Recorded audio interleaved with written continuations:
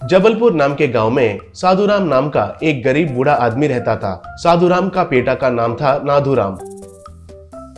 वो एक साइंटिस्ट के पास असिस्टेंट के तौर पर काम करता था, क्योंकि उसको साइंस और प्रयोग कहे तो बहुत पसंद था। वहां साइंटिस्ट के पास नया नया आविष्कार को देखकर सीखता रहता था।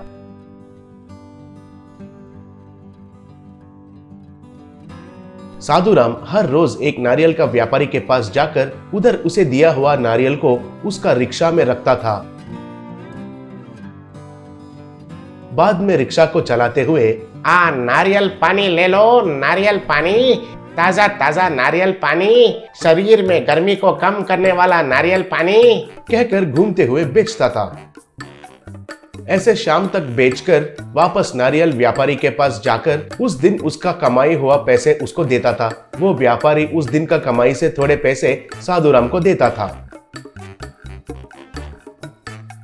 उसी गांव में बिना काम के 3 लोग रहते थे। शंकर, जय और किशन उनका नाम था। उनको लोगों को चिढ़ाकर रुलाना बहुत पसंद था। तरह तरह से लोगों को चिढ़ाकर हंसते रहते थे।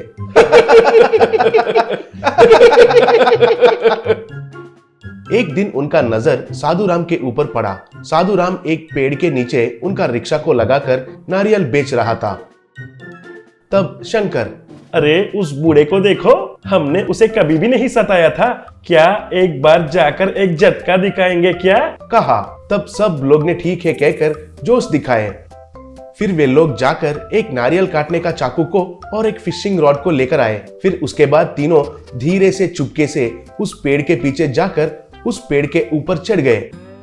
उनको ध्यान नहीं किया साधुराम, नारियल पानी ले लो भाई, नारियल पानी, ताजा ताजा नारियल पानी पियो भाई, नारियल पानी, आइए आइए कहकर पुकारने लगा। तब किशन ने एक एक नारियल को फिशिंग रॉड से ऊपर खींच रहा था और वे तीनों उनको काटकर मजे से पीने लगे।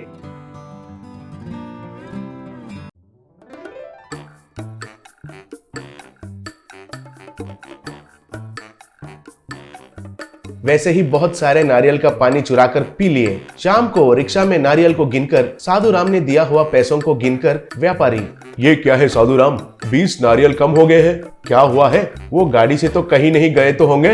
वो सब मुझे पता नहीं है, उन नारियल का पैसे तुमको भरना ही होगा कहकर पैसों को कम करके दिया। तब साधुराम को क्या हुआ कुछ भी समझ में नहीं आया। और वैसे ही लगातार किशन लोग हर रोज पेड़ के ऊपर से नारियल को खींचकर पानी पीने लगे। शाम होते ही व्यापारी गुस्सा होकर पैसे कम करके देने लगा।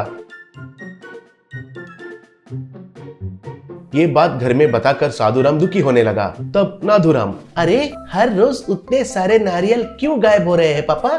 रुकिए, कल आकर मैं देखता हूँ, कहा। अगले दिन नाथुराम दूर खड़ा होकर देख रहा था। तब किशन लोग पेड़ के ऊपर से नारियल को खींचकर पानी पीते हुए दिखाई दिए। वो देखकर नाथुराम को बहुत गुस्सा आया। वो तुरंत जाकर साइंटिस्ट को ये बात बताया। तब साइंटिस्ट, इन येड़ों का बदमाशी रोज रोज बढ़ता जा रहा है, उनको सही सबक सिखाना होगा। नाथुराम, तुमको इन दिनों में रोबोटिक टेक्नोलॉजी सिखाया था ना, उसके मदद से मैं जैसा कहता हूं वैसे करके उनको सही सबक सिखाओ, कहा। तब नाथुराम एक नारियल का रोबोट तैयार किया। उसको लेकर घर आया। उसको देखकर घर में सब लोग हैरान हो गए।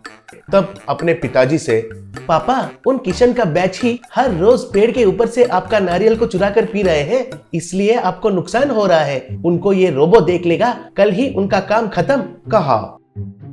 अगले दिन नाथुराम रिमोट दबाते ही नारियल रोबो रिक्शा के ऊपर चढ़कर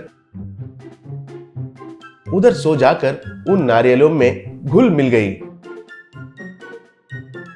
रिक्शा को लेकर साधुराम उस पेड़ के नीचे गया। पेड़ के ऊपर से किशन ने जब रस्सी फेंका तो वो रोबोट को जाकर चिपक गई। वो जितना खींचने से भी कोई नारियल तो ऊपर नहीं आ रहा था। तब रोबो खड़ा हो गया।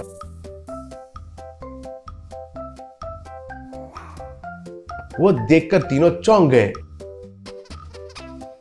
रोबो पेड़ के ऊपर चढ़कर तीनों को खूब मार के उन्हें नीचे फेंक दिया।